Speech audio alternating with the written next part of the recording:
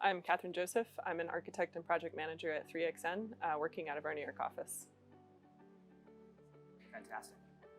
And I know 3XN is a respected global architecture firm, and that recently mass timber has been showing up in your projects in exciting ways. So what has compelled the practice to move into this space? The really interesting thing about mass timber is that it's kind of a new again technology.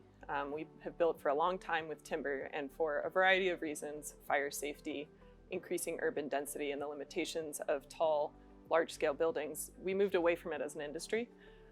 Seeing the recent innovation in mass timber and how we can integrate it into hybrid structures with concrete and steel has increased its flexibility within our designs. And the really interesting and exciting aspect of that for 3XN is the natural material and the biophilic properties. Being able to bring timber into our buildings and into our interior spaces gives our occupants a very tangible and close relationship with a natural material, improving the indoor environment. Mass timber connections also give us the flexibility to think about how we can adapt our buildings in the future, how we can take them apart, expand them, shrink them, and ultimately design their end of life so that we're repurposing that biogenic carbon. I'm curious to hear more about biophilia in design. I know it's a buzzy concept at the moment, and I know that you can accomplish a lot just by having plants, live plants in your space. What does exposed wood bring to that equation? When we think about biophilia in our sort of core and shell buildings, even before you do an interior fit out, we don't always have a lot of opportunity to bring in natural material. Concrete and steel, of course, come from natural raw material, but ultimately don't sort of have that feeling of natural environment and connection to our outdoor space that timber does.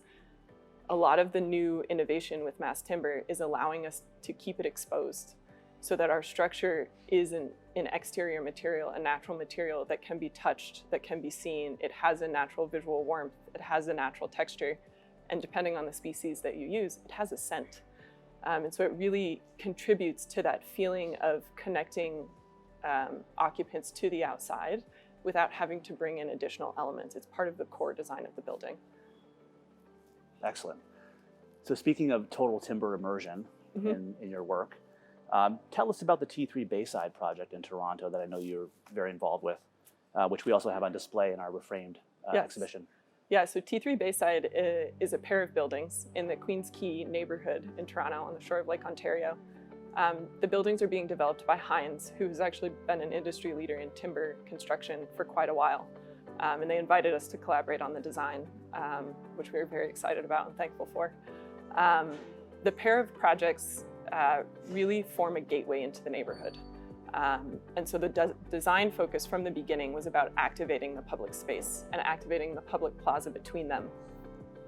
To achieve that, and using the flexibility but also the limitations of mass timber, we created a fairly flexible grid that have these steps that start at the plaza and encircle the building.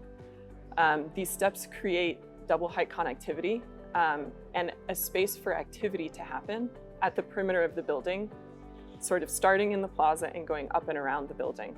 That really enlivens the area. It provides connection between the two buildings, and it also allows occupants to have that relationship between the inside and the outside activity. The steps that sort of continue and encircle the building also provide tenants, future tenants, with optionality to add double height spaces to their office space.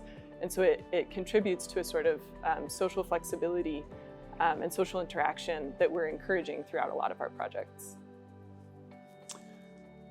And Toronto has an awful lot of timber projects in development or in the pipeline. Yes. And you could say the same for Canada, which, as would make sense, they have a huge timber industry, they have a very mature forestry sector. But where is mass timber construction poised to take off in the States, do you think? I think we're seeing it everywhere.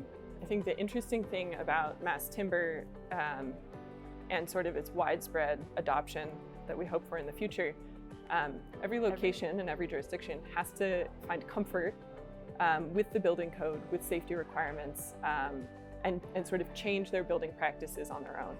I think working across the US and across Canada has shown us this conversation is happening everywhere. There is change in sort of mass timber construction happening everywhere. and we're all learning from each other. And that to us is a really, it puts us at a very critical moment in the adoption of mass timber in all sorts of structures, because the codes are changing, because the technology is changing, and because innovation is happening now. And we are all, as an industry, committed to making those changes together. Are there any other projects of 3XN you're excited to tell us about? We have a number of timber projects happening globally.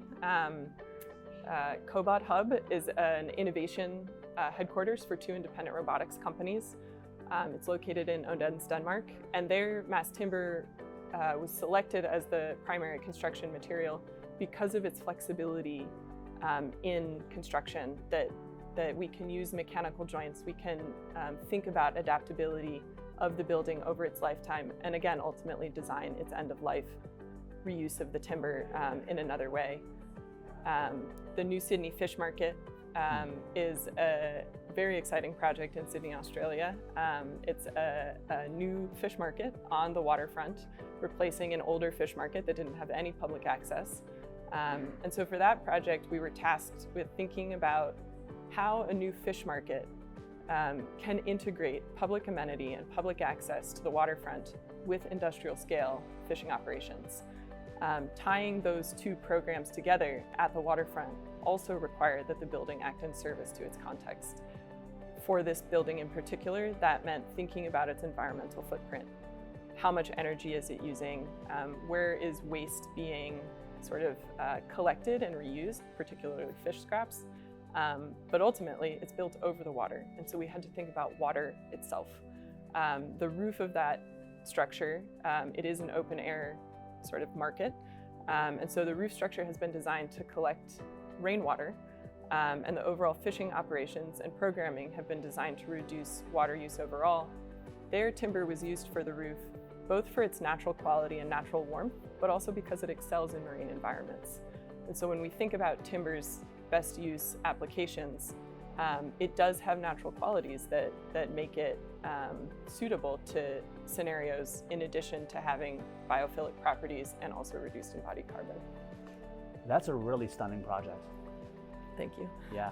Opening in 2025? Yes, it's under construction now. Well, thanks, Catherine. Thank you for Thanks for sharing me. your perspective. And thank you for having us in the exhibition.